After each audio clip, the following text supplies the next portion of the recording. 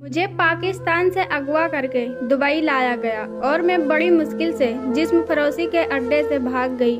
और फिर एक अरबी ने मुझे अपने घर सफाई करने के लिए रख लिया और कहा जल्द ही पाकिस्तान भेज देगा। फिर जब मैं सुबह उठी तो मेरा जिस्म दर्द कर रहा था, जैसे कि मेरे साथ ज्यादती की गई हो। एक रात मैंने घर से कुछ नहीं खाया और सो गई। जैसे ही रात को मेरा दरवाजा खुला, मेरे कदमों तले जमीन निकल गई, क्योंकि मेरे साथ तो औरत का हुस्न अगर बेपर्दा हो तो वह उसके लिए फितना बन जाता है, और जब चादर या चार दीवारी में होती है वह महफूज रहती है। लेकिन जब वहाँ उस चादर और चार दीवारी को बोझ समझने लगती है तो बेआबरो होना उसकी तकदीर में लिख जाता है। मेरे साथ भी कुछ ऐसा ही हुआ था। यह कोई कहानी नहीं बल्कि मेरी जिंदगी की एक सियाह हकीकत है, जिसे जानकर आपके भी रोंगटे खड़े हो जाएंगे। मेरा नाम किंजा था और मैं अपने खानदान की सबसे खूबसूरत लड़की थी। गोरी रंगत, सुनहरे बाल और नीली आंखों में मुझे बाकी लड़कियों से अलहदा कर दिया था। कम उम्री में ही मेरे लिए रिश्ते आने शुरू हो गए थे। मेरे अब्बा भी जल्द ही मेरी शादी करना चाहते थे, लेकिन मैंने साफ इनकार कर दिया था। मुझे अपने हुस्न पर बड़ा नाज था और इस बात पर पूरा यकीन था कि एक दिन कोई शहजादा आकर मुझे अपनी दुल्हन बना कर ले जाएगा। मैं किसी मिडिल क्लास लड़के से शादी करके सारी जिंदगी गरीबी में नहीं गुजारना चाहती थी। मेरे अब्बा ने एक और दीनदार इंसान थे। वह मुझे उठते बैठते सादगी और पर्दे की ताकीद किया करते थे। अब्बा ने तो खुद सारी जिंदगी रूखी सूखी खाकर गुजारी थी, और अब वह मुझसे भी यही चाहते थे कि मैं भी अपनी ख्वाहिश आपका गला घोटकर जिंदगी सादगी से गुजारूं। अब्बा एक सरकारी नौकर थे और अगर चाहते तो ऊपर की कमाई से हमारी जिंदगी को बेहतर बना सकते थे, लेकिन अब्बा ने कभी ऐसा सोचा ही नहीं। अब्बा मुझे हमेशा ईमानदारी और पर्दे के बारे में बताया करते, और अब्बा की इसी बात से मुझे चिढ़ थी। मैं चाहती थी कि लोग मेरी खूबसूरती को देखें और उसे सराहें। मैं जानबूझकर ऐसे लिबास पहनती कि मेरी जीनत नुमाया होती, लेकिन अब्बा तो मुझे पर्दे के नाम पर दुनिया से ही छिपा लेना चाहते थे। लोगों के मुंह से अपनी तारीफ सुनकर मैं बहुत खुश होती थी, लेकिन मुझे क्या पता था कि मेरी यह चांद जैसी खूबसूरती मेरी ही जिंदगी की दुश्मन बन जाएगी। अपनी गलतियों का एहसास मुझे आज हो रहा था, जब रात होते ही मुझे जबरदस्ती तैयार किया जाने लगा और मैं भेड़ बकरी की तरह उनके इशारों पर चलने को मजबूर थी। वह मुझे जबरदस्ती अगवा करके मेरे मालिक बन गए थे, जो मेरी खूबसूरती से लाखों रुपये कमा रहे थे और मैं खिलौना बनी हुई थी। मेरे अब्बा के जुमले मेरे कानों में गूंज रहे थे और माजी के लम्हे किसी फिल्म की तरह मेरे आंखों के सामने चलने लगे। अब्बा बहुत ही धीमे लहजे में कह रहे थे कि बेटी पर्दा किया करो, पर्दा ही औरत का गहना है। अब्बा के लहजे में हमेशा मेरे लिए नरमी और शफकत होती थी। क्या अब्बा आप भी 18वीं शताब्दी में जी रहे हैं? बहुत ही तलख लहजे में मैंने अब्बा को जवाब दिया। मैं कॉलेज के लिए निकल पड़ी थी। आज मुझे एहसास हो रहा था कि मेरे अब्बा मुझे कितना सही सबक पढ़ाने की कोशिश करते थे। माजी किसी धुआं की तरह मेरे आंखों के सामने से छट चुका था। अब ना ही अब्बा थे और ना ही उनकी वह नसीहत जिनसे कभी मुझे चिढ़ थी। बस मैं और मेरी खूबसूरती, यह वजूद बाकी रह गया था कि जिस पर इस कदर दाग थे कि मैं गिन भी नहीं सकती थी। चलो और कितनी देर शीशे के आगे खड़ी रहोगी? तुम जैसी अप्सरा से कौन निगाहें चुरा सकता है? कहाँ कमरे में तुम्हारा मुतासिर है? अब उसे मजीद इंतजार न करवाओ, जल्दी चलो। एक अरबी औरत मिठास भरे लहजे में मुझे कहती हुई उस कमरे के दरवाजे तक छोड़ गई, जहां मेरा खरीदार मेरा इंतजार में बैठा था। मरे मरे कदमों से मैं कमरे में दाखिल हुई तो एक 40-50 साल का हबशी मर्द मुझे देखकर ऐसे मुस्कुरा रहा था जिसे देखकर मेरी रूह फना हो गई। अब मेरी जिंदगी में यही काम था, हर पल जीती थी और हर पल मरती थी, लेकिन मुझे रिहाई नसीब नहीं होती थी। आखिर सारी रात जिल्लत में गुजारने के बाद सुबह हुई तो मुझे थोड़ा सा सुकून हुआ था कि अब मेरी जान छूटने वाली है, लेकिन मैं अच्छी तरह जानती थी कि आने वाली रात फिर ऐसे ही गुजारनी है। हबशी मर्द जा चुका था। मेरे जिस्म में इतनी जान भी नहीं बाकी थी कि मैं अपने पैरों पर खड़ी हो सकती। गुजरी हुई जिंदगी का एक एक पल मुझे ठहर ठहर कर याद आ रहा था। अब्बा से बदजुबानी करके मैं कॉलेज के लिए निकल पड़ी थी। गर्मियों की सुबह थी और सड़क पर ज्यादा रस नहीं था। मामूल के मुताबिक मेरा दुपट्टा मेरे गले का हार बना हुआ था और मेरे स्टाइलिश से कटे हुए बाल कंधों पर झूल रहे थे। यूनिफॉर्म का सफेद तंग कमीज मेरी खूबसूरती को और नुमाया कर रही थी। मैं पूरी शान से सड़क पर ऐसे चल रही थी कि जैसे मुझसे ज्यादा खूबसूरत इस दुनिया में कोई नहीं है। सड़क पर से गुजर रहे मर्द सब मुझे ही देख रहे थे और मैं अपने आप पे खुश हो रही थी। लेकिन वही पल मेरी जिंदगी का सबसे बदतरीन पल था, जब एक सफेद रंग की मर्सिडीज मेरे करीब आकर रुकी और मुझे उसके अंदर खींच लिया गया। यह सब कुछ इतना अचानक था कि मैं समझ ही नहीं पाई थी। उसके बाद मुझे कुछ भी होश नहीं था और जब होश आया तो मैं खुद को एक ऐसी जगह जहां इंसान नहीं बल्कि हैवान बसते हैं उस जगह पाया जहां जवान लड़कियों की खरीद फरोख्त का यह मरकज ऐसे हैवानों से भरा हुआ था जिनमें जमीर नाम की कोई चीज नहीं थी। मेरा लाख शोर मचाने पर भी उन पर कुछ असर नहीं हुआ। मेरी आहें और चीखों पुकार सब बेकार चले गए थे। मैं तो उनके लिए एक कीमती खजाना थी और वह मुझे भला कैसे छोड़ सकते थे। मेरी खूबसूरती को देखकर उन लोगों ने मुझे पाकिस्तान में बेचने के बजाय दुबई में बेचना बेहतर समझा ताकि लाखों धर्म कमा जा सके।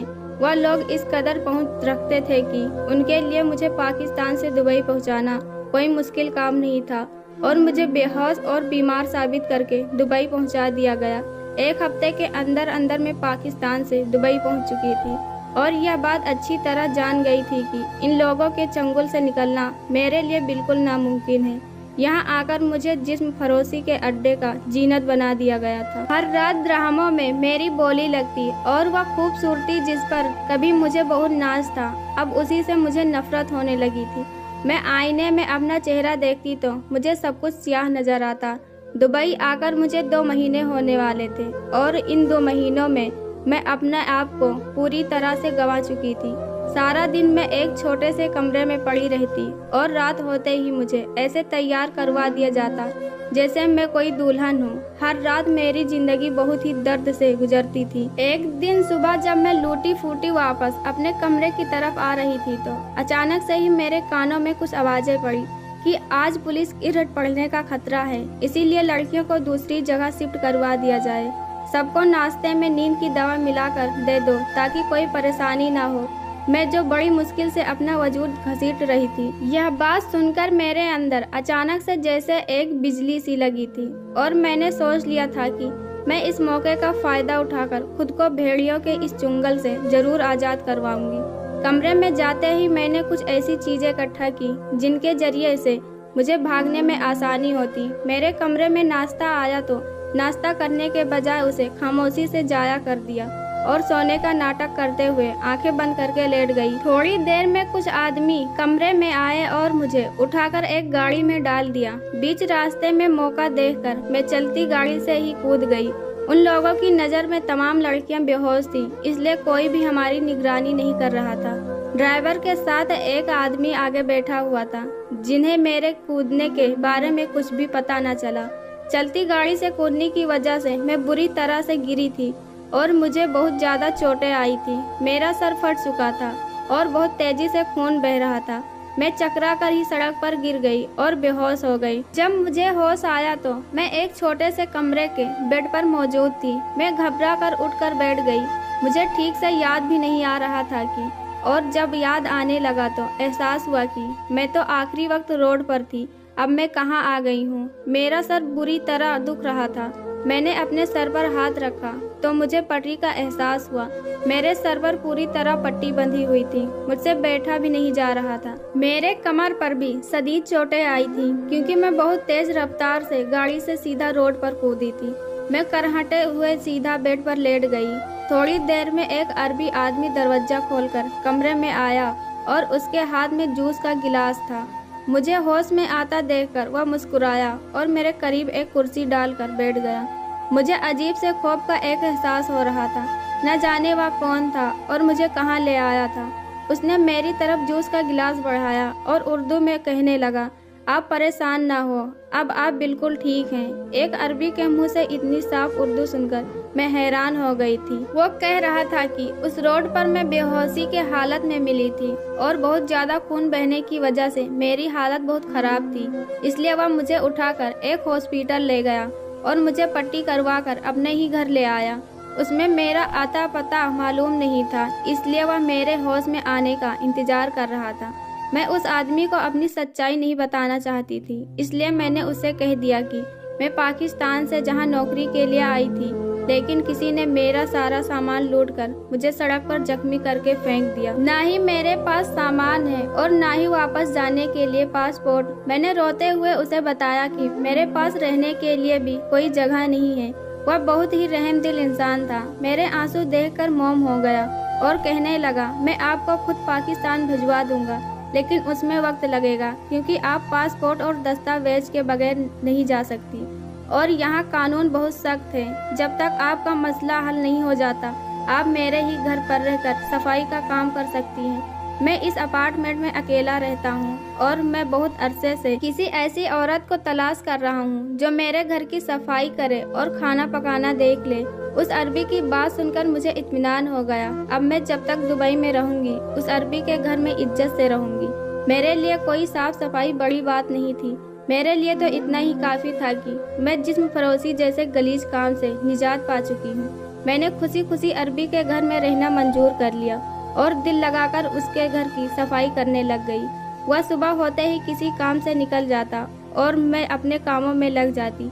अरबी के घर रहते हुए मुझे 1 हफ्ता होने वाला था, लेकिन उस 1 हफ्ते में मुझे कोई तकलीफ या परेशानी नहीं हुई थी। वह अरबी मुझे बहुत ही इज्जत देता था। लेकिन एक बात बहुत अजीब थी, जब से मैं अरबी के घर आई थी, रात जल्दी मुझे नींद आ जाया करती थी और जब सुबह मेरी आँख खुलती तो मेरा शरीर ऐसे दर्द कर रहा होता जैसे किसी ने मुझे अजियत का निशाना बनाया हो। शुरू में तो मुझे यह लगा कि गुजरे दिनों की तकलीफ अभी तक मेरे वजूद को तड़पा रही है, लेकिन 1 हफ्ता गुजरने के बाद हर सुबह मुझे इसी तकलीफ का एहसास होता।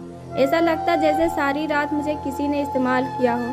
मेरे जिस्म के जोड़ जोड़ में दर्द का एहसास होता। मैं बहुत मुश्किल से बिस्तर छोड़ती और साफ सफाई के कामों में मसरूफ हो जाती। अरबी ने मुझे हर तरह की खाने पीने की आज़ादी दी हुई थी। घर में रखी हुई चीज़ें मैं इस्तेमाल कर सकती थी। उसको किसी भी बात पर कोई एतराज़ नहीं था। सफाई के साथ साथ मैंने बावर्ची खाने की भी जिम्मेदारी उठा ली थी, क्योंकि यहाँ मेरे पास रहने के लिए कुछ भी नहीं था, काम करने के लिए भी कुछ भी नहीं था। अरबी ने मुझे अपने अपार्टमेंट से बाहर निकलने के लिए सख्ती से मना किया था, क्योंकि मेरे पास कोई दस्तावेजात नहीं थे और मैं अगर पकड़ी जाती तो शायद मुझे सजा हो जाती। अरबी ने मुझे यह बताया था कि यहाँ का कानून बहुत सख्त है और मुजरिमों को किसी भी सूरत माफ़ी नहीं मिलती। 15 दिन होने वाले थे और अभी तक मैं इसी सोच में मसरूफ़ थी कि रात वाकई मेरे साथ कुछ बुरा होता है या फिर जहनी तौर पर मैं बीमार हो चुकी हूँ। एक दिन मैंने कुछ भी ना खाया क्योंकि मेरी तबीयत काफ़ी अजीब से हो रही थी। मैं हर वक्त सोचों में गुम रहने लगी थी, जिसकी वजह से मेरा सर दुखने लगा था। मैं अपने सारे काम काज निपटा कर जल्दी ही अपने कमरे में आ गई और बिस्तर पर लेटते ही मैं थकान से सो गई। दरवाजा खुलने की आवाज़ पर मेरी आंख खुल गई थी, लेकिन मैंने आंख पूरी खोलने के बजाय खुद को सोता हुआ जाहिर किया। मैं हैरान थी कि रात के इस वक्त मेरे कमरे में कौन आ सकता है और इस वक्त मेरे कदमों तले ज़मीन निकल गई जब अरबी मेरे कमरे में आया और मेरे बिस्तर पर आकर बैठ गया। मुझे अपना सांस रुकता हुआ महसूस हुआ। यह सोचकर मैं कांप उठी थी कि क्या अरबी सारी रात मुझे अजियत का निशाना बनाता है। वह जो मुझे इतने दिनों से महसूस हो रहा था वह मेरा वहम नहीं था, बल्कि शायद एक लख्त हकीकत थी। उस अरबी ने अपने जेब से एक इंजेक्शन निकाला और मेरे बाजू में लगा दिया। मैं उससे ज़्यादा सोने का नाटक ना कर सकी और इंजेक्शन की सुई चुभते ही उठ बैठ गई। मुझे जागता हुआ देखकर वह अरबी चौंक गया। शायद उसके बहम गुमान में भी नहीं था कि आज मैं गहरी नींद में नहीं हूँ। मैं सदमे की हालत में उसे देखकर कहने लगी कि या तुम मेरे साथ क्या कर रहे हो। उस अरबी ने मुस्कुराते हुए मेरे सर पर हाथ फेरा और कहने लगा, तुम इतनी खूबसूरत हो कि कोई चाह कर भी तुमसे नजरें नहीं हटा सकता। उस अरबी की आंखों में जो कुछ भी मुझे दिखाई दे रहा था उसे देखकर मेरा जिस्म ठंडा पड़ गया। मैं पूरी तरह से पसीना पसीना हो गई थी। अरबी कहने लगा कि जिस दिन तुम मुझे जख्मी की हालत में सड़क पर पड़ी मिली थी, मैं उसी दिन जान गया था कि तुम्हारे साथ कुछ गलत हुआ है। मैं तुम्हें हॉस्पिटल ले गया। वहाँ मेरा एक दोस्त डॉक्टर मौजूद था जिसने मुझे बताया कि तुमको लगातार ज्यादती का निशाना बनाया गया। मैं अच्छी तरह जानता हूँ कि पाकिस्तान से यहाँ तुम जैसी खूबसूरत लड़कियों को लाकर तुमसे यहाँ कारोबार करवाया जाता है और मुझे यकीन था कि ऐसे ही तुम भी किसी गैंग का शिकार होकर यहाँ तक आ गई हो। मैं तुम्हारी पट्टी करवा कर तुम्हें घर ले आया, लेकिन तुम होश में होने के बाद तुमने मुझे कुछ अलग ही कहानी सुनाई जो कि पूरी तरह झूठी थी। इसलिए मैंने तुम्हें ही तुम्हारे झूठ में फंसाया और कागजात बनवाने के नाम पर तुम्हें फंसाया और अपने घर पर रख लिया। तुम्हारी खूबसूरती मेरे बहुत काम आने वाली थी, क्योंकि मैं यह एक नाइट क्लब चलाता हूँ और जहाँ तुम जैसी खूबसूरत लड़कियों की बहुत ज़रूरत होती है। हाँ, यह मैं जानता हूँ कि तुम जैसी हसीन लड़की बार के स्टेज पर रक्स करेंगी तो मेरे बार में लोगों का हुजूम लग जाएगा, मगर मैं यह भी जानता था कि तुमसे ज़बरदस्ती या काम नहीं करवा सकता। तुम्हें बेहुदा लिबास पहनाकर स्टेज पर ले जाने से पहले मुझे तुमको अपने काबू में करना था। इसलिए मैंने तुम्हें हर रात नशे के इंजेक्शन लगाना शुरू कर दिया। पहले मैं रात के खाने में नींद की दवा मिलाता और जब गहरी नींद में सो जाती तो मैं तुम्हें ड्रग्स के इंजेक्शन लगाता। मैंने आहिस्ता आहिस्ता तुम्हारे शरीर को नशे का इस कदर आदी बना दिया है। यही वजह है कि सारा दिन तुम्हारा शरीर नशे की वजह से टूटता रहता है। जब कभी मेरे अंदर की हवस जागती है तो मैं तुम्हें इस्तेमाल कर लेता हूँ, लेकिन मेरा असल मकसद तुम्हें अपने डांस बार की जीनत बनाना है। अब तक तुम इस कदर ड्रग्स की आदी हो चुकी हो कि मैं तुम्हें अगर एक रात इंजेक्शन न लगाऊं तो तुम पूरा दिन बिन पानी के मछली की तरह तड़पती रहोगी। वह अपने बात पर ऐसे मुस्कुरा रहा था और जैसे मेरी जान लबों पर आ गई थी। मेरा हाल ऐसा था कि मैं आसमान से गिरकर खजूर के दरख्त पर अटक गई थी। रोज सुबह जो दर्द मुझे अपने जिस्म में महसूस होता था वह नशे की इंजेक्शन की वजह से था, जो आहिस्ता आहिस्ता मेरे जिस्म में फैल गया था। मैं तो वापस अपने घर जाने की ख्वाब देखने लगी थी, लेकिन मुझे क्या खबर थी कि मैं एक नई जाल में फंस चुकी हूँ और जिससे निकलना मेरे लिए तकरीबन नामुमकिन ही था। नशे का इंजेक्शन अपना असर दिखाने लगा था और मैं पूरी तरह मदहोश हो चुकी थी। मैं जिंदगी से एक और जख्म खा चुकी थी और शायद यह सजा मुझे अपने बाप का दिल दुखाने की वजह से मिली थी। सुबह जब मुझे होश आया तो नशा खत्म होने लगा था और मेरा सारा जिस्म टूट रहा था। जिसे मैं जागती समझ रही थी, वह मेरी हालत दरअसल नशे का असर खत्म होने की वजह से हो रही थी। अरबी घर में मौजूद नहीं था। मैंने सारा अपार्टमेंट चेक किया तो मुझे एहसास हुआ कि यहाँ से भागने का कोई रास्ता मौजूद नहीं है। एक बाहर का दरवाजा जिसे वह अरबी बाहर से लॉक करके गया हुआ था। मैंने कोई काम नहीं किया हुआ था और आंसू थे कि रुकने का नाम ही नहीं ले रहे थे। अब तक मेरे साथ जो ज्यादती हुई थी वह बंद दरवाजों के पीछे हुई थी, लेकिन अब तो यह अरबी मुझे अपने बार के डांस फ्लोर पर रक्स करवाना चाहता था। मैं खुदा के हुजूर दुआ करने लगी थी, अपनी गलती कोतवाहियों की रो रो कर सच्चे दिल से माफ़ी मांग रही थी।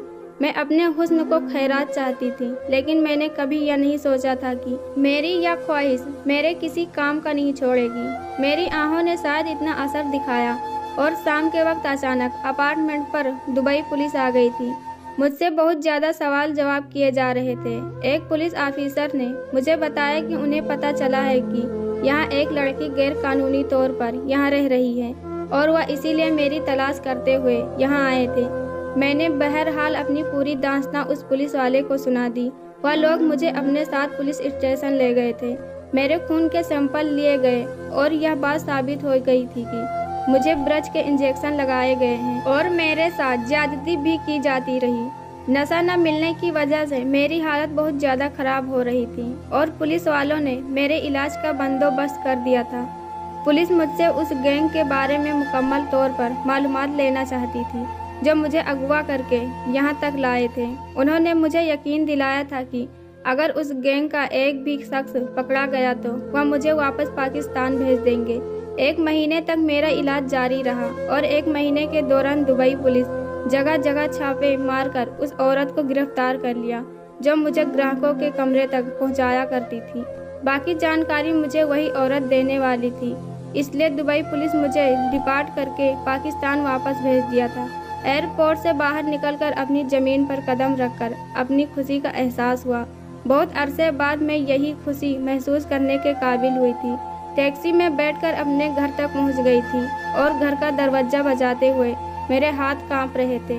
मैं 8 महीने घर से गायब रहने के बाद आज घर लौटी थी और नहीं जानती थी कि मेरे घर वाले मुझे देखकर क्या कहेंगे। मेरे अब्बा ने दरवाज़ा खोला था और मुझे देखकर खुशी से उनके आंसू बहने लगे थे और बिना कुछ कहे अब्बा ने मुझे सीने से लगा लिया। मैं अब्बा के गले लगकर फूट फूट कर रो रही थी। इन 8 महीनों में अब्बा की मुझे एक बात बहुत याद आई थी। मैंने अपने घर वालों को सिर्फ इतना ही बताया कि मैं अगवा हो गई थी और फिर पुलिस ने मुझे छुड़ाकर वापस भेज दिया। मुझ में इतनी हिम्मत नहीं थी कि मैं अपनी बर्बादी की दास्तां अपने बूढ़े माँ बाप को सुनाती। किस्मत मुझ पर मेहरबान हुई थी और मैं अपने घर वापस लौट आई थी और मेरे जैसी न जाने कितनी लड़कियां ऐसे गिरोहों का शिकार होकर सारी जिंदगी जिस्म फरोशी जैसे काम को अंजाम देती रहती हैं। मैंने जान लिया था कि औरत छुपाने का नाम है। अपना हुस्न और खूबसूरती को दिखाकर मैंने अपने लिए खुद मुसीबत खरीदी थी। अब्बा ने बहुत पहले मुझे एक हदीस सुनाई थी जिसका मतलब मुझे अब समझ में आया था। हया ईमान से है और ईमानदार जन्नत में दाखिल होगा। बेहयाई बद अखलाकी है और बद अखलाक का मकान दोजक है। मैंने बेहयाई का रास्ता चुना था और मेरे लिए दुनिया ही दोजक की तरह दहकती आग बन गई थी, जहाँ हर रोज मेरी खाल उतारी जाती थी और मेरे जिस्म को जलाया जाता था। अपने बड़ों की बात माने और उनका सम्मान करें, क्योंकि इसी में आपकी भलाई है। दोस्तों, हमारी कहानी को लाइक करो, कमेंट करो और चैनल को सब्सक्राइब करो। हम ऐसी वीडियो आपके लिए लाते रहेंगे। धन्यवाद।